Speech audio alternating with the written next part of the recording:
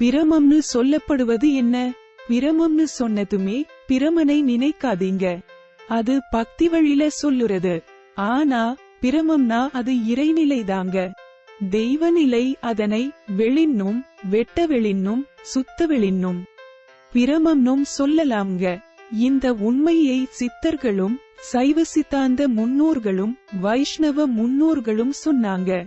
அப்படி சொன்னாலும் சித்தர்கள் மட்டும்தான் உயிரையும் அறிந்து உண்மையையும் உணர்ந்தாங்க.